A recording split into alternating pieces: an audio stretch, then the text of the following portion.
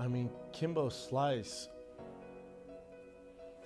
never judge a book by its cover, is an understatement. I mean, you want to talk about a zebra amongst a bunch of sheep. That's how I describe Kimbo Slice to my friends, to anyone who didn't know him. But he didn't want to be a zebra. He wanted to blend in like the rest of the sheep.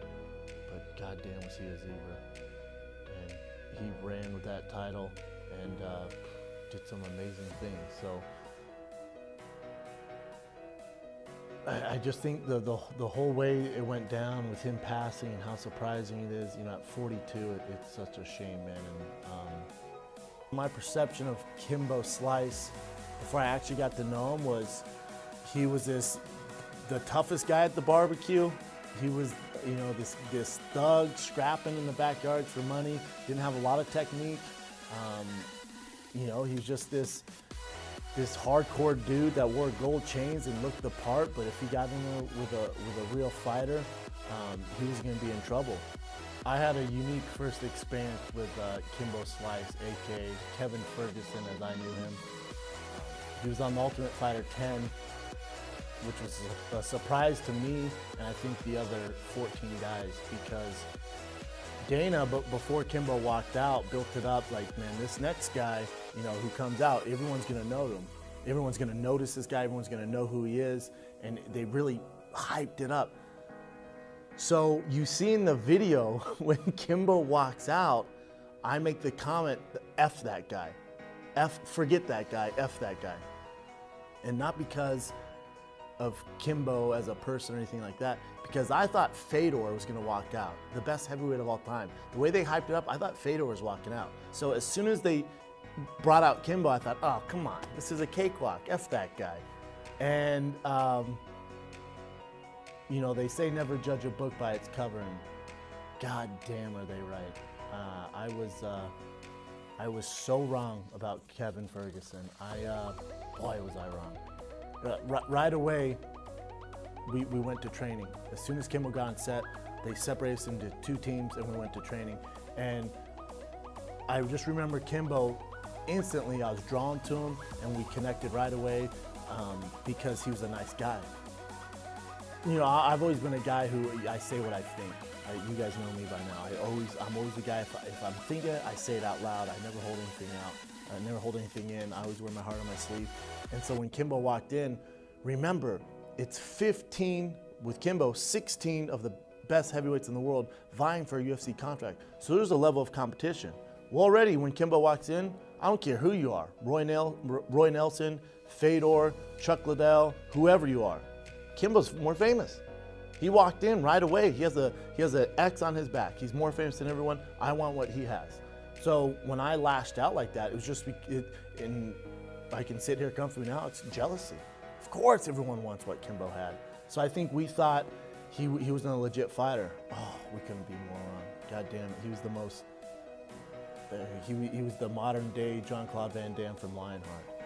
He had more fighter's heart than any of us in that house. He had a rough go in life, you know, growing up in the hood in Dade County in Miami, and he's one of the good guys. And I'll never forget. I've told this story on Rogan a million times.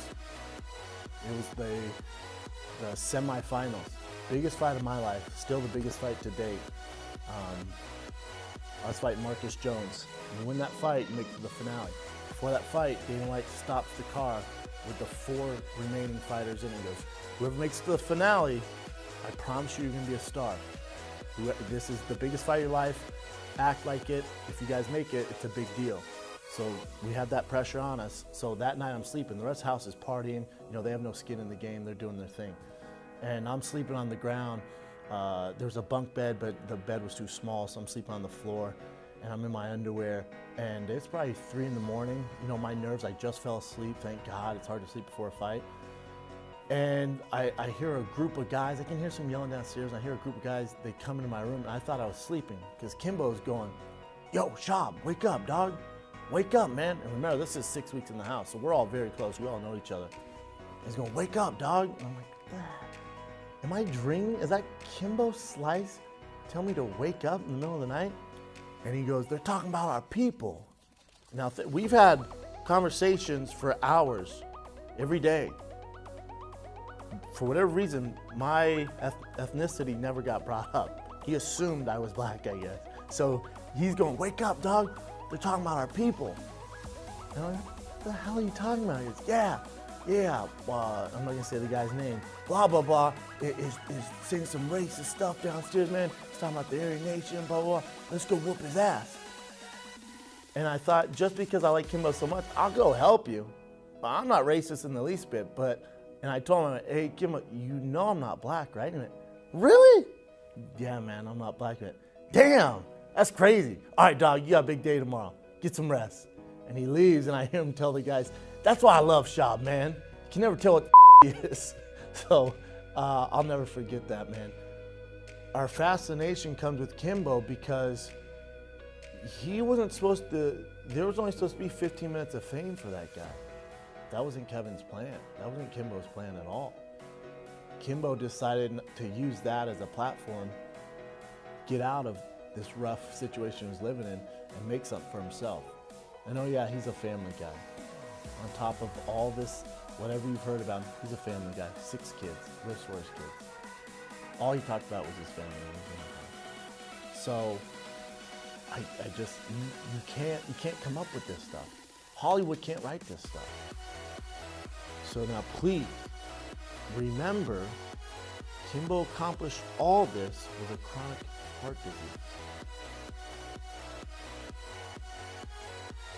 He's a modern day superhero. Hollywood can't write this stuff. They would never believe it.